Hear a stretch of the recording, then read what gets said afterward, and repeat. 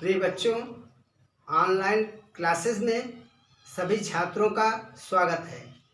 जो छात्र कक्षा 9 से उत्तीर्ण करके कक्षा 10 में गए हैं, उन सब छात्र जो है आज अध्ययन करेंगे। आज का विषय हिंदी पद्य साहित्य का इतिहास।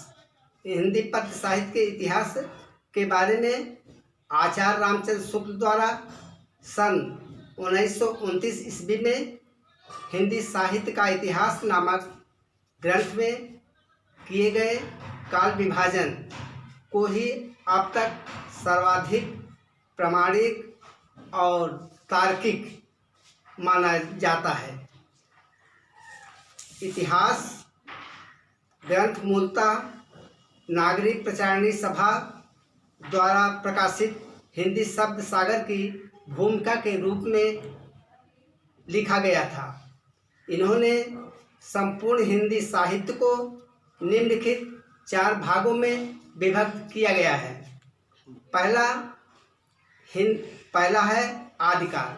आदिकाल को बच्चों वीरगाथा काल कहते हैं। यह 800 विक्रमी संवत से 1400 विक्रमी संवत तक, यानी अर्थात सन 743 ईस्वी से 1343 ईस्वी तक माना जाता है। फिर दूसरा मध्यकाल आता है। मध्यकाल को बच्चों भक्तिकाल कहा जाता है। भक्तिकाल 1400 विक्रमी संवत से 1700 विक्रमी संवत तक माना जाता है, यानी सन 1343 ईस्वी से 1643 ईस्वी तक माना जाता है। तीसरा है उत्तर मध्यकाल। इसी को हम रीतकाल कहते हैं। यह 1700 विक्रमी संवत से 1900 विक्रमी संवत तक है। और चौथा आता है आधुनिक काल। आधुनिक काल 1900 विक्रमी संवत से अब तक माना जाता है, सन 1843 से आज तक जो चल रहा है। आइए जानिए हिंदी की भूमिका के रूप में। हिंदी की भूमिका के रूप में आप लोग जो है अध्ययन करें।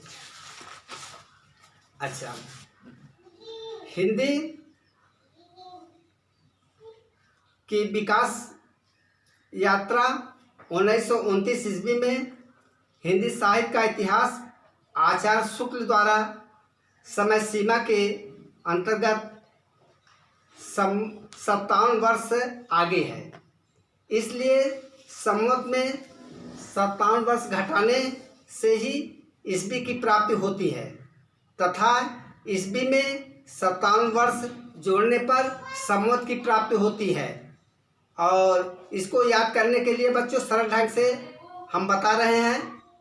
दोहे के रूप में है, सन संवत से कम रहे 57 ही वर्ष, किसी तुला से तौलिए जन्म मरणों वर्ष।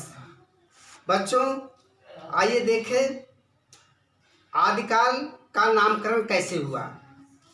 हिंदी साहित्य को आचार्य रामचंद्र शुक्ल के अनुसार 4 भागों में बांटा।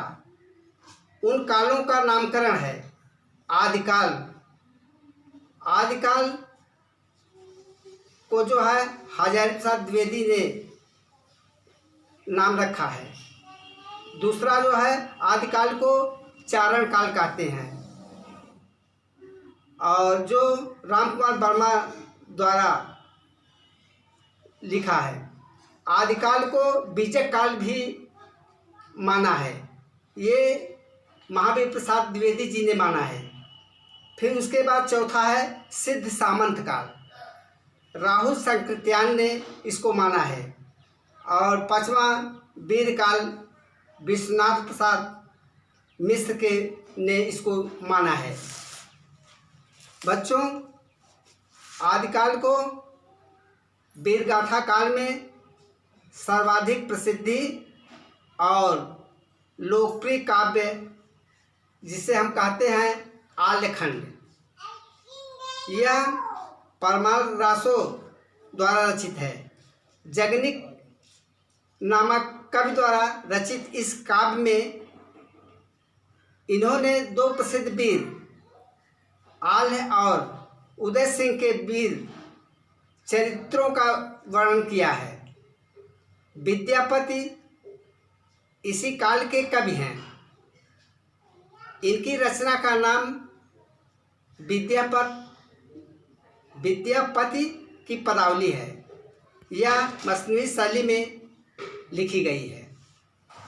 रासो ग्रंथ की भाषा क्या है?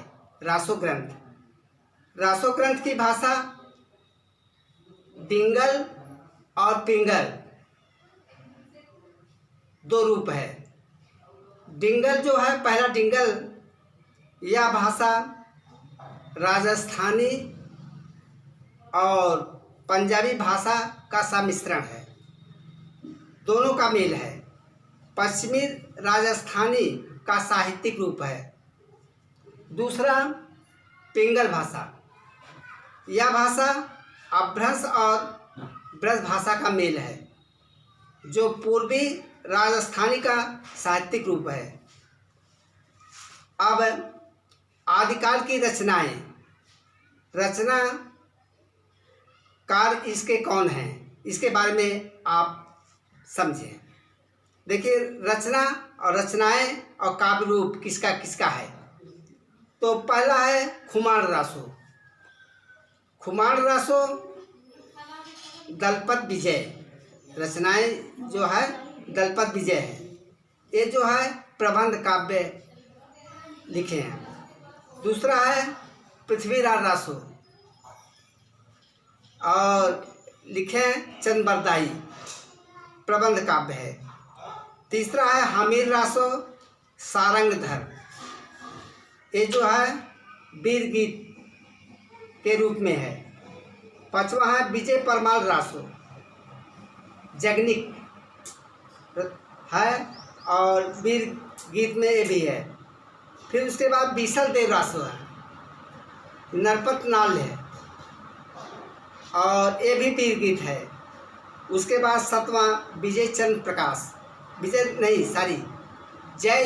प्रकाश, यह जो है केदार भट्ट द्वारा रचित वीर गीत है। फिर उसके बाद सातवां जय मयंक जस चंद्रिका, मधुकर कवि जी हैं, वीर गीत इनका है। उसके बाद विजयपति रासो नल सिंह, इन्होंने प्रबंध काव्य के रूप में लिखे हैं। इस तरह से आदिकाल के वीर काव्यों का जो है वर्णन इसमें है। उसके बाद आदिकाल और वीरगाथा काल। आदिकाल को वीरगाथा काल क्यों कहा जाता है? ये सन 743 ईस्वी से सन 1343 ईस्वी तक कहा जाता है। हिंदी के प्रथम उत्थान काल को वीरगाथा काल या चारण काल नाम से जाना जाता है। बच्चों, उस समय देश अनेक छोटे छोटे राज्यों में विभक्त था और वहाँ के राजा आपस में ईर्ष्या भाव रखते थे। इन राज्यों के राजपूत आपस में लड़ते रहते थे। स्वभाव से वीर, साहसी और विलासप्रिय थे। अच्छा, इसके बाद एक राजा उस समय दूसरे राजा से घृणा ईर्ष्या करता था। मुसलमानों के आक्रमण उसी समय हुआ, उसी समय आरंभ हो गया। इस समय वीर पुरुषों की वीरता का अतिशयोक्तिपूर्ण वर्णन कविता का मुख्य ध्येय है, विषय है। इस काल की विशेषता क्या थी? इस काल की विशेषताएं क्या है, या कभी कभी प्रश्न पूछा जाता है कि आदिकाल यानी दीर्घगाथा काल की प्रवृत्तियों का वर्णन करो। तो विशेषताएं यह भी है, इसकी विशेषताएं निम्नलिखित है, जिसमें से पहला है आश्रयदाता राजाओं की प्रशंसा। दूसरा, सामूहिक राष्ट्रीयता की भावना का अभाव है। तीसरा, युद्धों के सुंदर और सजीव वर्णन, और अंत में वीर रस के साथ श्रृंगार रस की प्रधानता भी है। इस तरह से आदिकाल को वीरगाथा काल कहा जाता है। अब उसके बाद बच्चों, ये आदिकाल के बारे में पढ़ा, अब आता है भक्तिकाल। भक्तिकाल सन 1343 ईस्वी से 1643 ईस्वी तक, यानी संवत 1375 से संवत 1700 तक माना जाता है। आदिकाल के समाप्त होते ही देश में राजनीतिक और सामाजिक परिस्थितियां बदल गई है और मुसलमानों को राज्य प्रतिष्ठित हो जाने पर परस्पर लड़ते रहने वाले छोटे छोटे राजा अब न रहे। इसी परिवर्तित परिस्थिति को भक्ति भावना का उस समय उदय हुआ। इसी काल में भक्ति की कई शाखाओं का विकास हुआ। इस काल में 2 शाखा विभाजित किया जाता है। पहला निर्गुण शाखा